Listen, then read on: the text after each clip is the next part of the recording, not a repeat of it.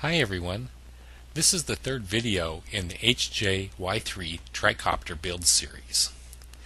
These are the only instructions that came with the frame. I decided to create a photo parts list. Write down the link on the screen to get your own copy of my parts list PDF. It makes identifying the parts much easier. It looked like the tail motor and servo assembly should go first. Unlike many other decisions, I did not regret this one. Pay attention to the two small fiberglass spacer pieces. These are probably important for getting the servo output shaft spline to align properly with the rear motor hinge. I could have waited to attach the rear motor.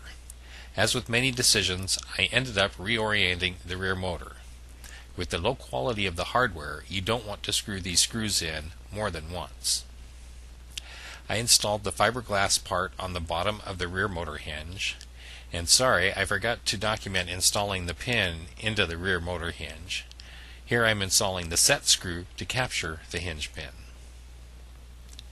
And here you can see the rear motor hinge swinging freely.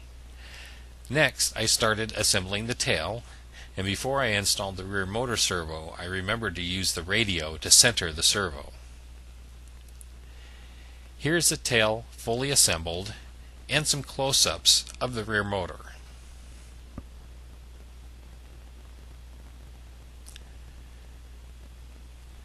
Time to move on to the front arms.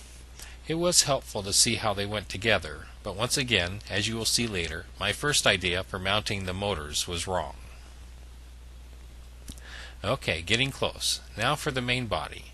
My kit was missing one of the M2.5 lock nuts for the landing gear, but I found a regular nut in my miscellaneous hardware bin that worked. The arm mounts are complicated because they can be locked in place for flight and then folded back along the side for transportation or storage. Here I'm checking the main body fit to the tail. And just like that, the frame assembly is complete. I stayed up way too late that night and stumbled into bed shortly afterwards.